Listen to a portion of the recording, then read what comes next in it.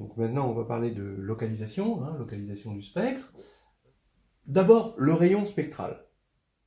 Le module des valeurs propres va se situer dans un grand disque qui a un certain rayon, qu'on va appeler le rayon spectral. Donc ρ de A, c'est le max des modules de lambda, avec lambda parcourant spec de A. C'est intéressant, bien sûr, d'un point de vue théorique, que la norme qui est subordonnée à la norme 2 des matrices, la norme 2 canonique des matrices, donc la norme subordonnée à cette norme 2, donc là je mets 3 barres verticales, c'est égal à la racine carrée de ρ de A étoile A. A étoile A qui au passage est hermitienne. Ce qu'il y a d'intéressant, c'est justement de regarder les suites géométriques de matrices. Alors si on regarde les suites géométriques de matrices, donc là, alors ça ils le disent clairement là, dans le rapport, regardez la suite xn plus 1 égale A fois xn. Donc une suite géométrique de matrices, déjà commençons par une suite géométrique de matrice 1, 1, de matrice complexe. Donc qu'est-ce qui se passe? Si la raison est de module strictement inférieur à 1, donc ça va tendre vers 0. Si la raison est de module 1, si le module 1, si la raison c'est 1, alors là aussi ça va converger, ça va être une suite constante, mais si la raison est de module 1, mais n'est pas 1, alors ça ne va pas converger. Alors là, qu'est-ce qui se passe quand on généralise, quand on passe de la dimension n à la dimension quelconque? Et donc, on va évidemment diviser ici pour ramener le rayon spectral à 1, justement, qui est cette valeur limite qu'on voit un petit peu partout. Et on va regarder la limite de A sur ρ de A puissance k. Alors d'abord une première chose qui est évidente, c'est que si A a un rayon spectral strictement inférieur à 1, alors la suite AK, A puissance k, tend vers 0. C'est pas tout à fait évident, ça demande quand même Dunford, parce que il y a quand même des parties nilpotentes qui nous amènent des coefficients polynomiaux, et il y a des théorèmes de comparaison, de convergence, qui sont importantes pour voir que ça tend bien vers 0. Bon, ça c'est déjà une chose, bon, c'est un aparté. Là, on est en train de se concentrer plutôt sur A sur ρ de A, pour généraliser ce qu'on sait sur les suites géométriques en dimension 1. Donc, condition 1. Lambda appartient à spec de A, et lambda en module, c'est ρ de A, ça implique que lambda égale ρ de A. Donc ça, c'est la condition qu'on avait déjà en dimension 1. On veut bien d'une valeur propre maximale en module, mais il faut que cette valeur propre soit égale au module. Voilà. Donc, en particulier, positif. Maintenant, en dimension 1, ça suffit. Mais en dimension quelconque, il y a une partie nilpotente qui vient arriver. Et quand on va avoir une valeur propre égale à 1 pour une matrice, on peut, vous voyez tout de suite, voilà la valeur propre 1, et ici, vous mettez quand même une partie nilpotente ici, et bien, quand vous allez mettre à la puissance k, ce que vous allez avoir, c'est quelque chose qui va diverger. Vous allez avoir k qui va arriver. Et ça, vous pouvez le voir avec Dunford et les coefficients binomiaux sur Dunford quand vous allez mettre à la puissance k. Bien. Alors, on ne veut pas de ces parties nilpotentes pour le cas où lambda est égal à ρ de A. Si lambda est strictement plus petit que ρ de A, il n'y a pas de problème, ça va disparaître par comparaison de convergence. Mais pour lambda égale ρ de A, là ça nous pose un problème. Donc ce qu'on veut, c'est la condition 2, c'est que E lambda, donc le sous-espace propre, soit égal au sous-espace caractéristique. Et à ce moment-là, si on a ces deux conditions, donc ça revient à dire que la partie nilpotente en lambda est nulle. Et là, dans ce cas-là, la A sur ρ de A puissance k va converger. Voilà. Et c'est une condition nécessaire et suffisante. Voilà. Et quand ça converge, quand une suite de matrices converge, bah regardez, quand une suite géométrique en dimension 1, donc a puissance n, petit a puissance n, converge, bah c'est forcément vers 0 ou 1. Et ben, quand une suite de matrices, une suite géométrique de matrices converge, c'est forcément vers un projecteur. Voilà. Et en fait, c'est le projecteur sur E lambda. Voilà. Alors, toujours, donc ça c'est quand même quelque chose à bien comprendre, hein, ce phénomène. Et là, je suis assez d'accord avec le rapport, hein, c'est-à-dire, bon, ça, la suite géométrique, faut la connaître, faut la comprendre, parce qu'on la retrouve vraiment dans des tas de situations. La méthode maintenant des puissances. Donc, vous voyez que dans cette situation, on va avoir l'em des noyaux qui va nous décomposer l'espace en somme directe de sous-espace caractéristique, mais le sous-espace caractéristique pour la valeur propre maximale qui est là comme ça parce qu'on est dans la bonne condition, c'est E lambda. Bah, E, parce que là je remplace K lambda par E lambda, et ici j'ai des Kmu, sous-espace caractéristique, pour des valeurs propres qui sont de modules strictement plus petits. Donc, la méthode des puissances, elle consiste à dire, je cherche un vecteur propre, et bien qu'est-ce que je vais faire? Bah, je vais partir d'un vecteur, bah, si je le prends au hasard, c'est bien le diable s'il se trouve là-dedans. Donc, il va se retrouver, bien sûr, il va avoir des composantes non nulles là-dedans et là-dedans. Voilà. Donc, on suppose surtout qu'il a une composante non nulle là-dedans. Et donc, quand je vais itérer ma matrice A sur ce vecteur choisi au hasard, eh bien, vous voyez bien que la composante E en E lambda, qui est déjà au départ non nulle, va grossir beaucoup plus que cette composante-là. Ce qui va faire que, au bout d'un moment, en itérant la matrice A sur ce vecteur, on va tomber sur quelque chose de très proche de E lambda. On va carrément se retrouver à peu de choses près, en approximant sur E lambda. Le problème, c'est qu'on va avoir on va avoir des choses qui sont incommensurables, et le mieux, c'est de mélanger l'itération et la normalisation. C'est-à-dire qu'on va d'abord itérer, donc on va prendre un vecteur V, on va faire AV, mais AV, on va le diviser par la norme de AV. Hein, voilà. Et là, quand on va le diviser par la norme de AV, on va avoir un vecteur normal, donc qui va avoir une attitude beaucoup plus raisonnable. Et là, on va voir arriver le vecteur propre. Alors, on va prendre un vecteur au hasard, on fait cette itération normalisation, et on va se retrouver sur, au bout d'un moment, on va se rapprocher de cet espace. Et on va pouvoir en tirer même lambda. Alors ensuite, qu'est-ce qu'on fait? Alors il y a ce qu'on appelle, après, il y a une méthode qu'on appelle la méthode de déflation, c'est-à-dire on veut avoir les autres valeurs propres. Alors bien sûr, il faut des conditions, un certain nombre de conditions. Moi, j'aime bien quand on est sur donc c'est assez simple à expliquer quand on est sur une matrice symétrique réelle. Dans Carnet de voyage en analysant, la méthode de déflation est faite dans ce contexte-là, de matrice symétrique réelle avec des valeurs propres qui sont toutes distinctes et ordonnées.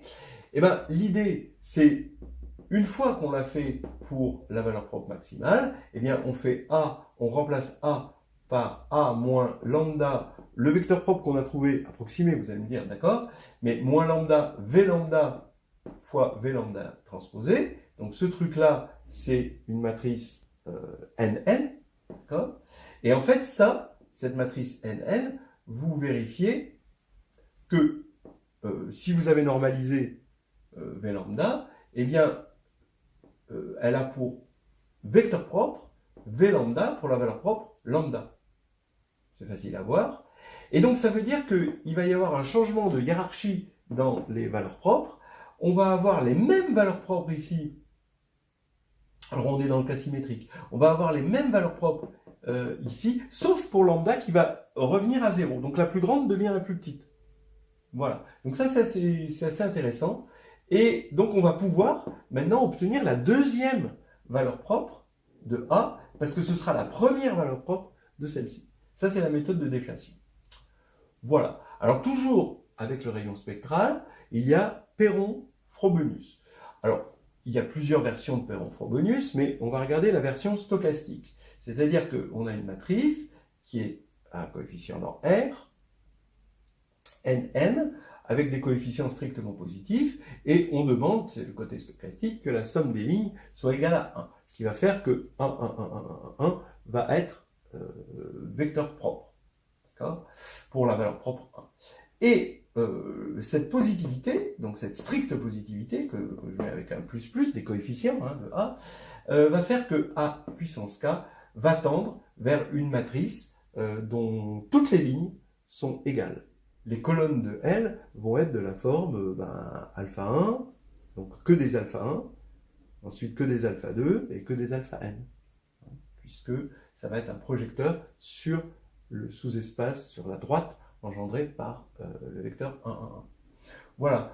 Et ça nous donne des résultats en probabilité. On peut en donner un exemple sur l'évolution d'une maladie, par exemple. Donc, on peut regarder, par exemple, 3 états de la maladie, soit non malade, malade et immunisé. Voilà. Et on peut regarder l'évolution de la maladie à l'étape suivante.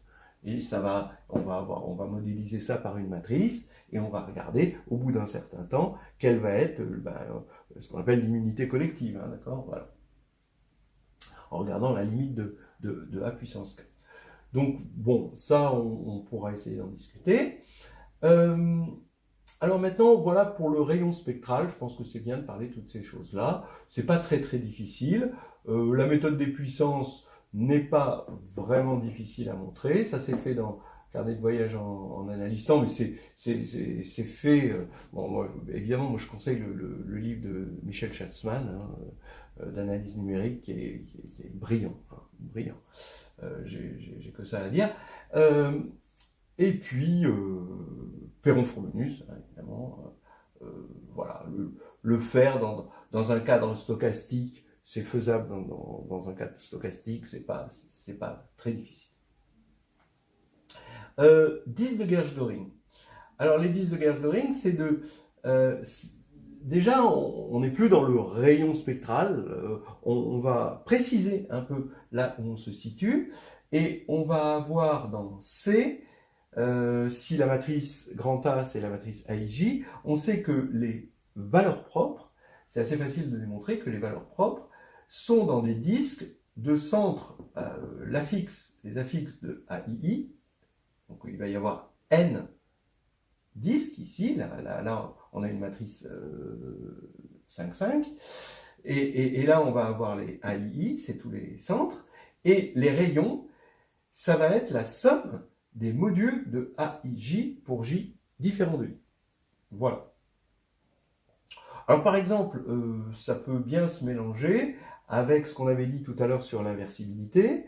Donc on peut trouver des conditions pour qu'une matrice soit inversible, parce qu'il suffit que 0 ne soit pas dans ce disque de Gersh-Göring. Ça se voit assez facilement. Alors, avec la version 3 étoiles de Gersh-Göring, c'est un Gersh-Göring topologique. C'est-à-dire que si j'ai à ma disposition ce comportement topologique de passage à la limite du spectre, qu'on a vu tout à l'heure, alors j'ai un Gersh-Göring topologique. C'est-à-dire que je vais relier, je vais avoir des composantes connexes, d'accord? Je regarde, là ici, j'ai 5 disques de Gersh-Göring, mais j'ai 3 composantes connexes, et je sais plus précisément qu'il va y avoir une valeur propre là-dedans, 3 valeurs propres dans cette composante connexe, et une valeur propre là-dedans. Bon, ça c'est un exemple. Voilà, donc ça c'est fait dans le carnet de voyage en algébrie. C'est pas si difficile. Ça peut être je trouve un joli développement. Alors, maintenant, pour une localisation, il y a l'extraordinaire, la fantastique méthode QR. Alors, si vous présentez la méthode QR, alors la méthode QR est une méthode D'abord, elle demande de savoir ce que c'est que la décomposition QR. Donc la décomposition QR, pour moi, c'est une formalisation de Gram-Schmidt. C'est-à-dire quand on part, imaginons que vous avez une base, donc ça va être une matrice inversible, NN, eh bien Q va représenter la base orthogonalisée, unitarisée, hein, on est sur C, c'est hermitien. Voilà, donc là c'est orthogonal ou unitaire, hein, je vais dire unitaire plutôt. Et R va représenter la matrice triangulaire qui a permis de faire le changement de base. Alors, maintenant, on a des formules ici, générales, assez jolies, mais ici, si on veut l'unicité de la décomposition, et on en a besoin pour la méthode QR, il nous faut R à coefficient dans la diagonale, pardon, dans la diagonale, diagonale, est à coefficient strictement positif, pour avoir l'unicité de la décomposition. Alors, comment on fait? Quand on a une matrice qui est à diagonale quelconque, donc elle est triangulaire supérieure, mais avec une diagonale quelconque, on regarde la décomposition polaire de chaque élément de la diagonale, et puis on garde le module, et puis le exponentiel de iθ, on en fait une diagonale qui va être absorbée, et ça va rester unitaire, hein, donc il va être absorbé par Q. Voilà. Donc maintenant la méthode QR, elle est vraiment miraculeuse. La preuve n'est pas si difficile que ça, et je la trouve même assez élégante. Elle consiste à prendre A, de regarder sa décomposition QR, puis ensuite d'appeler A indice 1. Donc A est égal à QR. Donc on fait du Gram-Schmidt finalement. Et on va regarder A indice 1. Ça va être RQ. Juste, on bouge. Mais A1 va avoir une décomposition QR et on va refaire RQ, etc.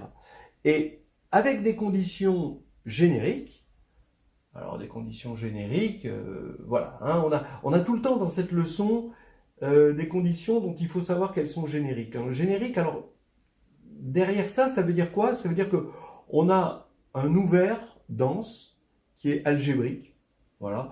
Donc ça veut dire qu'il y en a beaucoup et que quand on tape au hasard, c'est bon. Hein, voilà, c'est ça qu'on veut dire par générique.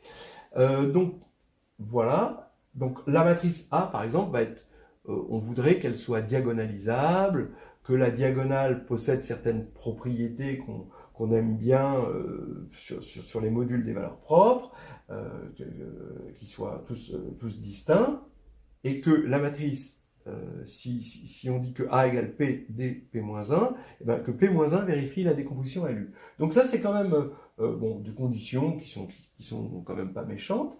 Et quand on va faire ce processus, à chaque fois, on commute et on fait la décomposition QR, il va apparaître, on va obtenir une matrice limite, et sa diagonale va être l'ensemble des valeurs propres.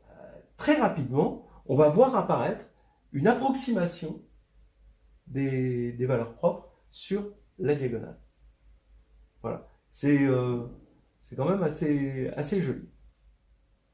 Alors, on peut aussi parler, bon, je sais pas, il me semble qu'on peut parler, de toute façon, je vais donner tout le champ des possibles, et puis après, vous disposez, c'est selon ce qui vous fait plaisir. Hein. Vous avez le théorème d'entrelacement de Cauchy. En gros, quand vous avez une matrice hermitienne, Mn, vous pouvez donc vous avez des valeurs propres réelles, qui sont ordonnées, et vous pouvez la compresser.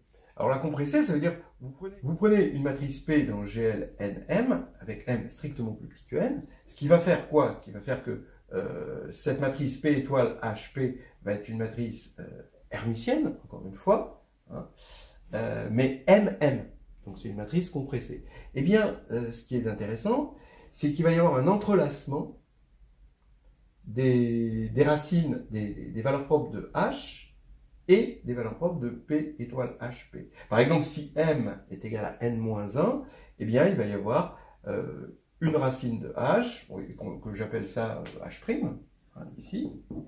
Vous allez avoir une racine, la plus petite racine de H, ensuite la plus petite racine de H', ensuite la seconde plus petite racine de H, etc. etc. Vous avez cet entrelacement des racines qu'on peut mettre dans l'approche, etc. parce que ça reste un joli théorème de compression, hein, puisque cette matrice va être une matrice simplifiée, hein, de H.